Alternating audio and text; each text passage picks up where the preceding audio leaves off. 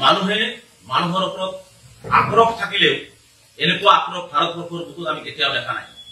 এজন ইএছটিএমৰ আচাৰ্য যি ধৰণে কেৱল মাত্ৰ মুখ্যমন্ত্ৰী হিমন্ত বিশ্ব শৰ্মা ডাঙৰীয়াক বেয়া পোৱাৰ কাৰণে তেওঁক গ্ৰেপ্তাৰ কৰা হ'ল সম্পূৰ্ণ অবৈধভাৱে, বেআইনীভাৱে যি ধৰণে গ্ৰেপ্তাৰ কৰি জেল হাজতত প্ৰেৰণ কৰি থকা হৈছে, জেল হাজতত ৰখাই থকাৰ ব্যৱস্থা কৰা হৈছে, এইটো সম্পূৰ্ণ অগণতান্ত্ৰিক আৰু আইন বিৰোধী। গতিকে আমি তীব্ৰভাৱে নিন্দা কৰিছো আৰু গৰিহণা দিছো।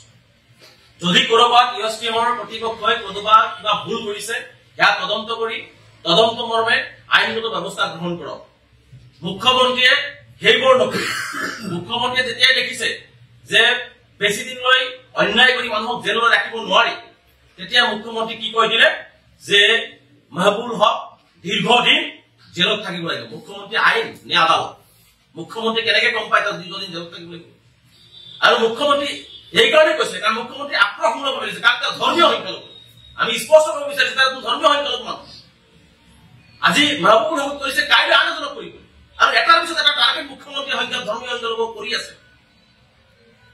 যেতিয়া তেওঁ দুটা কেছত বেল পালে, মুখ্যমন্ত্ৰী ইমানেই সৰ্বগ্ৰস্ত যে তেওঁৰ জেলত বেছি দিন ৰাখিবৰ কাৰণে কিছুমান ছাত্ৰৰ অভিভাৱকক মাতি পুলিচে ভাবুকি দি এফআইআৰ লঞ্চ কৰাই তেওঁক আৰু বেছি দিন জেলত ৰখাৰ ব্যৱস্থা কৰি আছে।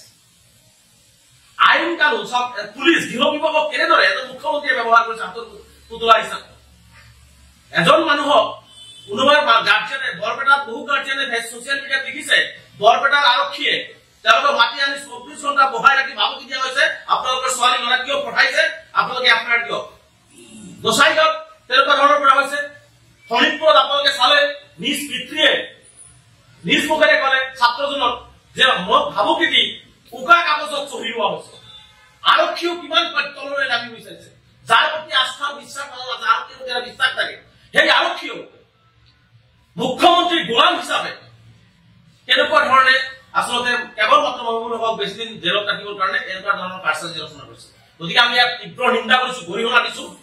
মুখ্যমন্ত্ৰী ডাঙৰীয়াক এটা কথা ক'ব বিচাৰিছো, ক্ষমতাৰ মূৰত ধৰাৰ উচিত নহয় বিজেপি দলৰ, বিজেপি চৰকাৰৰ। ক্ষমতা সদায় নাথাকে আৰু মানুহক এনেকুৱা ধৰণৰ অন্যায় কৰি অত্যাচাৰ কৰি দবাই ৰাখিব নোৱাৰি। গতিকে ইয়াৰ তীব্ৰ প্ৰতিবাদ সমগ্ৰ অসমতে হ'ব। আৰু মাহবুবুল হকৰ লগত যি অন্যায় কৰা হৈছে কেৱল মাত্ৰ তেওঁ ধৰ্মীয় সংখ্যালঘু ভাৱে কৰা হৈছে।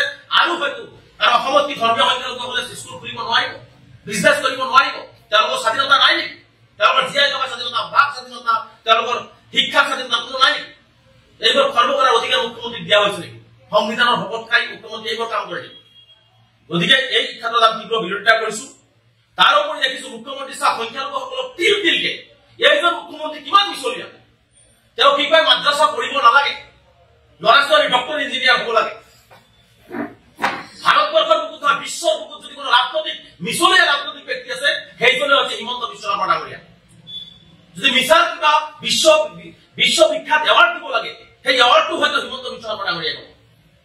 4টা মেডিকেলৰ চিট চৰাঞ্চলৰ ল'ৰা ছোৱালীৰ কাৰণে ৰিজাৰ্ভ কৰা হৈছিল আজি প্ৰায় 40 বছৰ। চৰাঞ্চলৰ ছাত্ৰ ছাত্ৰীয়ে ডক্টৰ হ'ব লাগে, ইঞ্জিনিয়াৰ হ'ব লাগে, মাদ্ৰাছাৰ ছাত্ৰই ডক্টৰ হ'ব লাগে, ইঞ্জিনিয়াৰ হ'ব লাগে। 4টা চিট সংৰক্ষণ কৰাৰ সেই কামটোৱে সহ্য নহ'ল মুখ্যমন্ত্ৰী। কেবিনেটত সেই 4টা চিট সংৰক্ষণ উঠাই দিয়া হ'ল। ইয়াৰ আমি তীব্ৰ বিৰোধিতা কৰিছো। মুখ্যমন্ত্ৰী ডাঙৰীয়াই চামগুৰিত গৈ সংখ্যালঘুক ভোট ভিক্ষা কৰিব, সংখ্যালঘুক উন্নয়নৰ কথা ক'ব, সংখ্যালঘুক শৈক্ষিক দিশত আগুৱাই লৈ যোৱাৰ কথা ক'ব, সংখ্যালঘুসকলক ডক্টৰ ইঞ্জিনিয়াৰ হ'ব বুলি ক'ব, আৰু সেই চৰাঞ্চলৰ মানুহখিনিৰ 4টা চিট মেডিকেলৰ চিট কাটি লোৱাটো আমি কোনো পদ্ধতিতে মানি নলওঁ। ইয়াৰ সংখ্যালঘুসকলৰ লগত চৰম অন্যায় আৰু চৰম প্ৰতাৰণা।